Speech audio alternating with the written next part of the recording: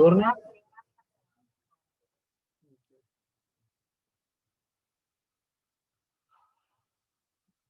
the internal gear motor usually of gear type shown in the figure number 4.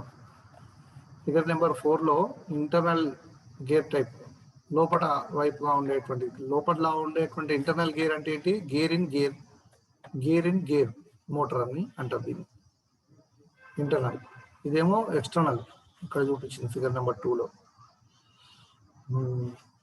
This is a motor which is very smooth in running and compact in design. ఇది ఒక motor, ఇది చాలా smooth గా run అవుతుంది, designing కూడా చాలా సులువుగా ఉంటుంది. ఇది ఇప్పుడు మనం దేని గురించి చదివినాము? గేర్ టైప్ మోటార్స్ గురించి చదివినాము. ఇందులో వెయిన్ టైప్ మోటార్స్ ఉన్నాయి. మళ్ళా వెయిన్స్ అంటే ఏంటి? నరాలు అని చెప్పాను కదా, అట్లా ఆ మాదిరిగా వెయిన్ టైప్ మోటార్స్ ఏంటివి అని అంటే this differs in the design when compared to gear motor. Gear motor తో కంపేర్ చేస్తే ఇది కొంచెం డిఫరెంట్ గా ఉంటుంది. The simple line sketch is in figure number 5 shows the vane being moved along with the shaft by oil flow. Oil flow ద్వారా shaft గుండా vein ఏ విధంగా ప్రవహిస్తుంది అనేటువంటిది, ఆయిల్ ఏ విధంగా ఫ్లో అవుతుంది అనేటువంటిది వెయిన్ గుండా మరి ఈ యొక్క ఫిగర్ నెంబర్ 5 లో చూడొచ్చు. చూసారా, ఇక్కడ డ్రైవ్ షాఫ్ట్, ఇది rotor, system pressure, the resulting force on the vane creates torque on the motor shaft. Motor shaft మీద ఈ యొక్క రిజల్టింగ్ ఫోర్స్ అనేది వెయిన్ ద్వారా క్రియేట్ అయినటువంటి రిజల్టింగ్ ఫోర్స్ అనేది మోటార్ షాఫ్ట్ మీదుగా వస్తుంది, దాని మీదకి వస్తుంది. డ్రైవ్ షాఫ్ట్ ఇది rotation. Pressure on this vane means a force. Vane మీద ఉన్నటువంటి ప్రెజర్ ని మనం ఏమంటాం అంటే ఫోర్స్ అని అంటాం. This is called system pressure, this is rotor, this is drive shaft. ఇది బేసిక్ ఆపరేషన్. దేనికి సంబంధించింది? వెయిన్ టైప్ మోటార్కి సంబంధించినటువంటి. ఇది ఇన్లెట్, ఇది అవుట్లెట్, ఇంటర్నల్ గేర్. ఇది ఇంటర్నల్ గేర్ కి సంబంధించినటువంటి figure. Will have more than one vane which ensures continuous rotation of the shaft. ఇక్కడ ఏమంటున్నాడు? Each shaft will have more than one vane. ఒక షాఫ్ట్ కు ఒకటి కంటే ఎక్కువగా వెయిన్స్ ఉండి which ensures continuous rotation on the shaft. అది shaft ని నిరంతరాయంగా రొటేట్ అవ్వడానికి దోహదపడతాయి. That will shows in figure number 6. చూస్తున్నట్టయితే ఇది ఇట్లా ఇక్కడ లైన్ డయాగ్రామ్ కూడా ఇచ్చాడు ఫిగర్ నెంబర్ 6 లో. వెయిన్స్ ది ఏ విధంగా వర్కింగ్ ప్రిన్సిపల్ ఉంటుందో అని. The vanes in the slots extend out by the action centrifugal force and oil pressure. ఈ వెయిన్స్ ఇన్ ద స్లాట్స్ లో ఉన్నటువంటి వెయిన్స్ ఏదైతే ఉంటుందో extend out by the action of centrifugal force oil pressure తోని అది extend అవుతాయి. This has a high speed operating character. దీనికి high speed operating character కలిగి ఉంటుంది. పిస్టన్ టైప్ మోటార్ ఎట్లా ఉంటుంది అంటే, piston motor is totally different from the two other types in its construction. Piston motors are two types, namely piston motor అనేది ఈ రెండిటికంటే కూడా construction లో చాలా భిన్నంగా ఉంటుంది. ఇవి దీని యొక్క డిజైన్ బట్టి ఇది కూడా రెండు రకాలుగా విభజించబడింది. ఒకటి యాక్సియల్ పిస్టన్ మోటార్స్ అని అంటే, రెండో దాన్ని రేడియల్ పిస్టన్ మోటార్స్ అని అంటాం. ఈ యొక్క యాక్సియల్ పిస్టన్ మోటార్స్ యొక్క ఫిగర్ నెంబర్ 7 లో ఇచ్చాడు.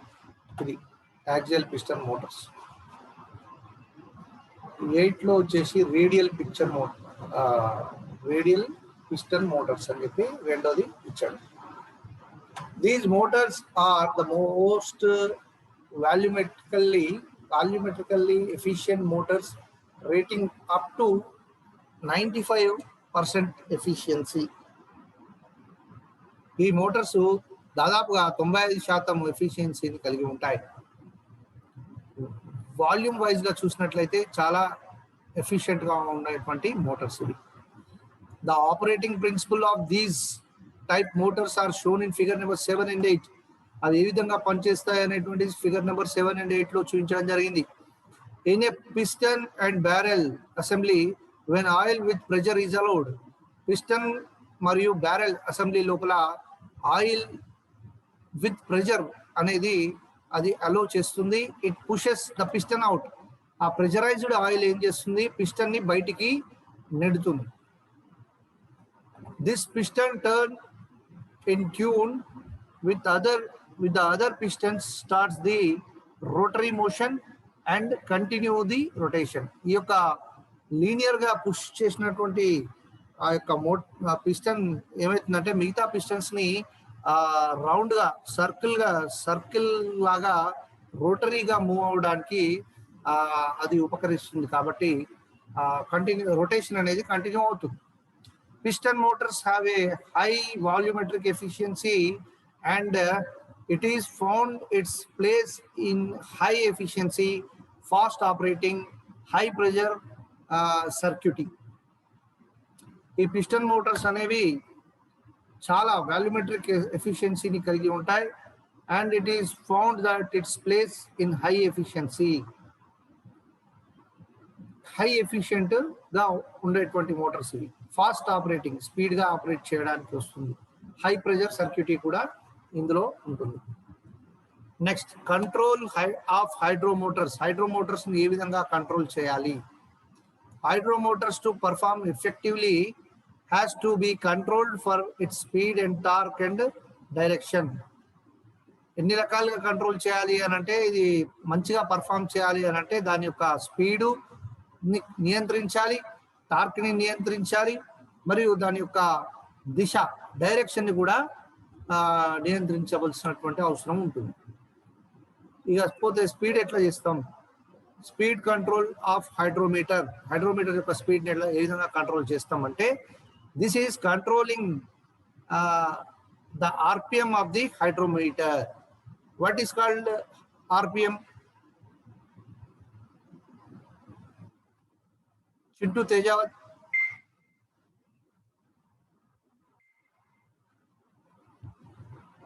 చింటూ, ఆర్పిఎం అంటే ఏంద్రా? ఇంటర్వ్యూ పోయినావు, సెలెక్ట్ అయినావు, చదువుకుంటావు కదా, మంచి నాలెడ్జ్ ఉంది కదా, చెప్పు. హలో,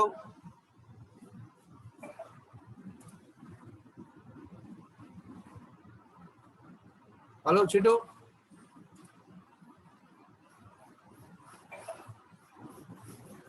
హలో, వినిపిస్తున్నారా బాబు?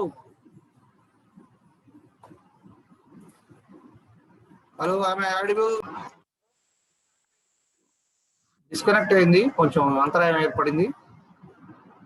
ఇప్పుడు వినిపిస్తుందా? సార్ వినబడుతుంది. ఆర్పిఎం అంటే ఏంటి? Revolutions per minute. This is controlling the RPM of the hydrometer. Hydrometer యొక్క ఆర్పిఎం ని ఇది కంట్రోల్ చేస్తుంది. Speed control of hydrometer. This is usually done by controlling the quantity incoming fluid. Incoming fluid క్వాంటిటీని బట్టి ఇది controlling అనేది ఉంటుంది. ఎక్కువగా వస్తే ఎక్కువగా, తక్కువగా వస్తే తక్కువగా, ఆ మాదిరిగా ఉంటుంది. This is also called as the displacement of the hydromotor. మరి దీన్ని ఇది ఇంకొక భాషలో చెప్పాలంటే డిస్ప్లేస్మెంట్ ఆఫ్ హైడ్రోమోటర్ అని కూడా చెప్పొచ్చు. The control of flow of oil can be done by various methods which will be discussed in coming chapters. ముందుగా వచ్చేటువంటి చాప్టర్స్ లో దీని గురించి డిస్కషన్ ఉంటుంది. The control of flow of oil can be done by various methods. ఆ యొక్క oil ఫ్లోని ఏ విధంగా control చేయాలి అనేటువంటిది కూడా ఒక వాస్ట్ సబ్జెక్ట్. అంటే ఎక్కువ విశదీకరించబడినటువంటి జ్ఞానము ఉన్నది దాని గురించి. అది ఇంకా ముందు పాఠాల్లో మనం చూడవచ్చు. Which will be discussed in coming chapters. Speed of hydrometer depends on the quantity of oil passing through meter. ఆ యొక్క హైడ్రోమీటర్ యొక్క స్పీడ్ అనేది దేని మీద ఆధారపడి ఉంటుందంటే ఆయిల్ క్వాంటిటీ, మోటార్ గుండా ఎంత ఆయిల్ క్వాంటిటీ ప్రవహిస్తుందో దాని మీద మరి యొక్క స్పీడ్ ఆఫ్ ది హైడ్రోమీటర్ అనేది డిపెండ్ అయి ఉంటుంది. Torque control by hydrometer. ఈ టార్క్ కంట్రోల్ ఎలా చేయాలి? Torque obtained by hydromotor is the function of fluid pressure. Fluid pressure బట్టి టార్క్ అనేది ఇక్కడ ఆబ్టైన్ అవుతుంది, పొందుకుంటాము. Thus, by controlling the fluid pressure of the hydromotor, the torque is also controlled. దాని యొక్క fluid యొక్క వేగాన్ని నియంత్రించగలిగితే, దాని యొక్క ప్రెషర్ని నియంత్రించగలిగితే మనము టార్క్ ని కూడా నియంత్రణలోనికి తీసుకురావచ్చు. Direction control of hydrometer. ఇకపోతే డైరెక్షన్ ఏ విధంగా కంట్రోల్ చేయాలి? This is done by using direction control valve in the circuit. Circuit లో ఉన్నటువంటి డైరెక్షన్ కంట్రోల్ వాల్వ్ ద్వారా ఈ యొక్క డైరెక్షన్ ని మనం కంట్రోల్ చేయొచ్చు. This is very much resembles the method of controlling the direction of movement of A double acting cylinder. Double acting cylinder యొక్క direction ని మనం ఏ విధంగా నియంత్రిస్తామో అదే మాదిరిగా సేమ్ అలాగే ఉంటుంది ఇది కూడా. దీని యొక్క హైడ్రోమోటర్ యొక్క డైరెక్షన్, దాంట్లో ఉన్నటువంటి ఫ్లో డైరెక్షన్ కూడా అదే విధంగా మనము నియంత్రించవచ్చును. Direction of rotation of hydromotor depends on the flow path of the oil. దీని యొక్క డైరెక్షన్ దీని మీద డిపెండ్ అయి ఉంటుంది అంటే ఆయిల్ యొక్క ఫ్లో పాత్ మీద. ఫ్లో పాత్ అంటే దారి, ప్రవహించేటువంటి దారి, ఫ్లో పాత్ మీద ఆధారపడి ఉంటుంది. Specifications of hydrometer. స్పెసిఫికేషన్స్ ఏంటివి? కొలతలు అంటే ప్రమాణాలు ఏంటివి వీటికి? స్పెసిఫికేషన్స్ అంటే సరైనటువంటి అర్థం ఏమిటి దానికి?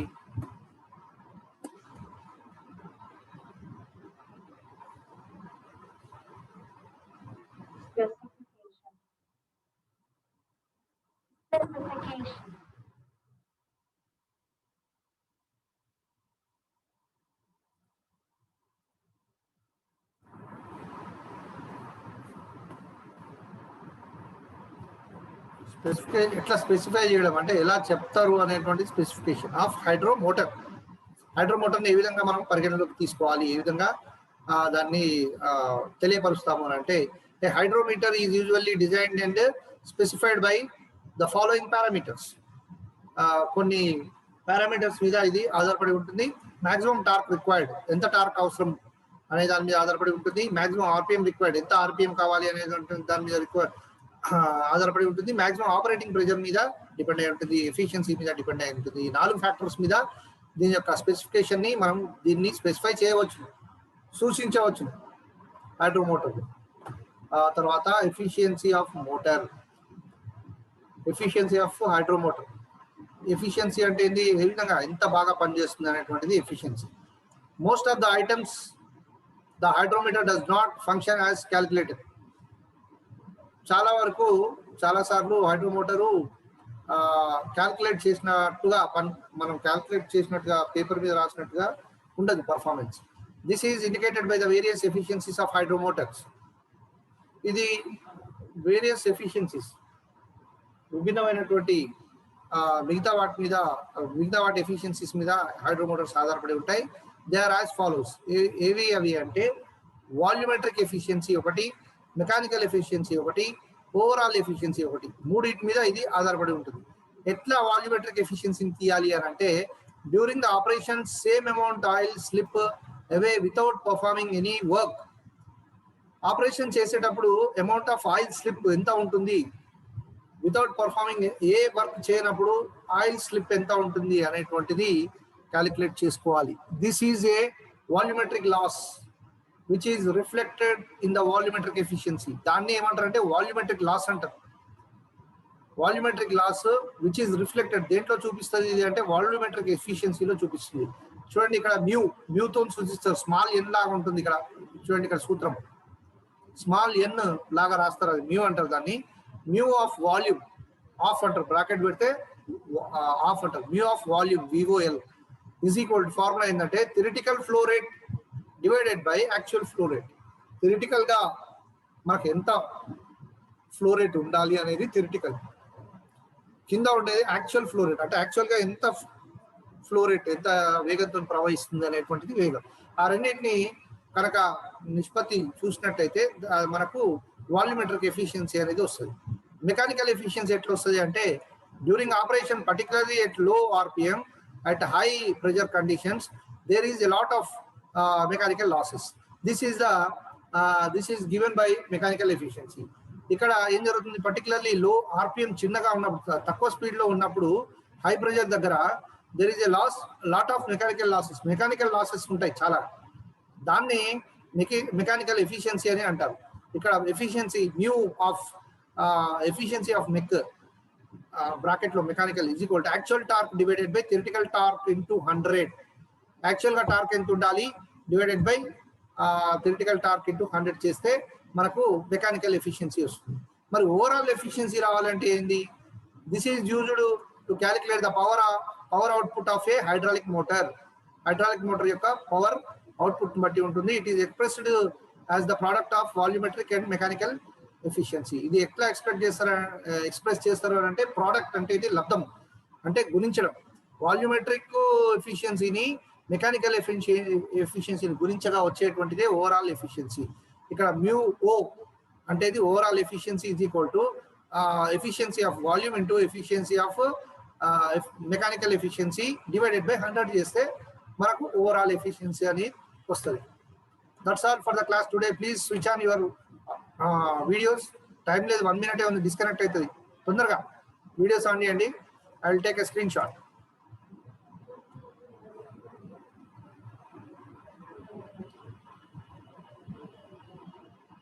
ఏమో గుండు కొట్టించినావు కిరణ్? చింటుగా బాబాయ్ అనిపోయాడు. అయ్యో సారీ. చింటూ వీడియో చింటూ విడివేయండు. అదే దొర ఫోన్ పక్క పడేసి చెట్లలో వేయటో మరి ఏం చేస్తుండో. ఎవరా చింటుగా తేజావత్ విడివేను బిడ్డ? చింటూ తేజావత్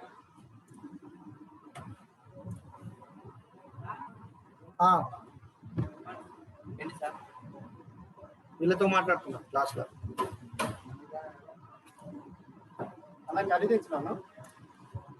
తెచ్చినా నేను అన్నం తెలియదు, నేను బయట నుంచి తెప్పిస్తాను. మీకు ఏమైనా కావాలన్నా చెప్పుద్దా? దాన్ని నిన్న పట్టుకుంటున్నా.